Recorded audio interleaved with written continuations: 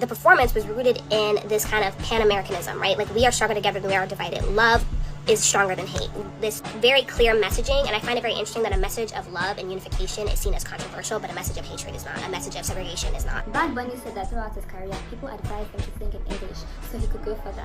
And he said he will never do that because he's a Spanish man. He thinks in Spanish, he feels in Spanish, so obviously he's going to sing in Spanish. For people to translate this for us who don't speak Spanish, because I could definitely tell there were some storytelling elements in this performance, but tens across the board. Tens across the board. English isn't my first language, but it's okay. It's not America's first language either.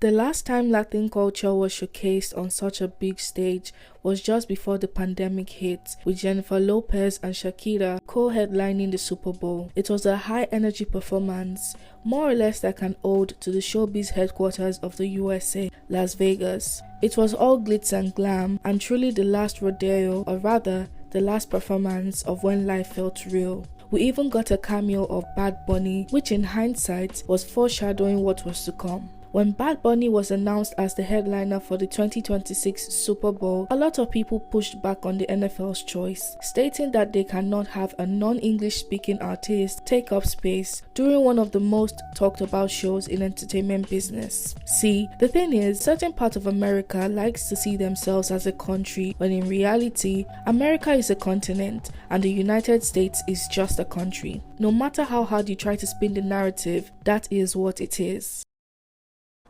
Now for a commercial break. Let's talk some facts. In Puerto Rico has been a beautiful island since the beginning, the days of the Taínos. But in those days, they used to call it Puerto Rican, not Puerto Rico. There were millions of Taínos spread out through the Caribbean islands like Cuba, Dominican Republic, Haiti, Jamaica, the Bahamas. Thousands of years later, Spain came to the island and the Taínos started showing love. You know, that's what Puerto Ricans do. We show love. And as a thank you, Spain pretty much fucked them up. In the 1500s, Ponce de Leon came around with his people and changed the name to Rich Port, aka Puerto Rico. Pretty much brought their culture like the Spanish language, religion, traditions. That doesn't mean the Taíno legacy became extinct. You still see the Taíno symbols all over the island. I mean, the Taíno blood is still found in almost all Puerto Rico.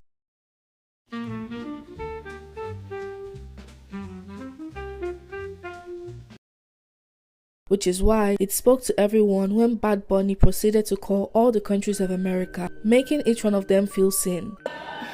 No, to say, mi gente latino. Bad Bunny preached a message of love and unity, showcasing Latin America and its rich and unique culture and heritage to the world, and it resonated with everyone. No matter how hard they tried, the hate they spewed, the tweets, the side remarks, in the end, love won, and that is all that matters.